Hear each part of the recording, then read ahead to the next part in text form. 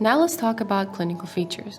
Most of the time, atrial myxoma is an incidental finding, and since about 20% of patients are asymptomatic, it is safe to assume that as the number of imaging increases, so will the incidences of atrial myxomas. The clinical features are variable and depend on the location of the myxoma. In the case of left atrial myxomas, the features are in some ways similar to mitral stenosis, since atrial myxomas do obstruct the mitral valve, so features such as dyspnea, syncope, loud S1, mid-diastolic murmur, signs of heart failure may all be present. Constitutional symptoms such as fever, malaise, and weight loss may also persist owing to the interleukin-6 production from the tumor cells, as well as atrial fibrillation and raised ESR. Now, generally, a triad of symptoms is recognized: valvular obstruction, embolic event, and constitutional symptoms.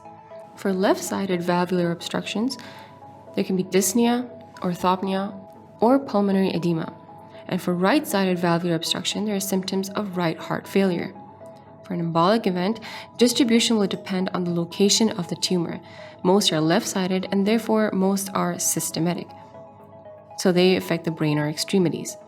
In constitutional symptoms, we have weight loss, fatigue, weakness, and they may resemble infective endocarditis. Now, in auscultation, a cardiac murmur is usually present. A characteristic finding in patients with pedunculated and prolapsing myxoma is a so-called tumor plop.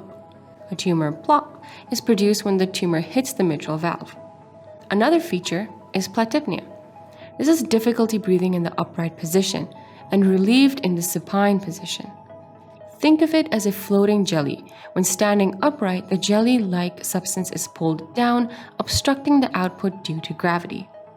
Now, coming to the complications of atrial myxoma, the tumor being where it is, it may obstruct mitral valve, or a piece may even break off and form an emboli.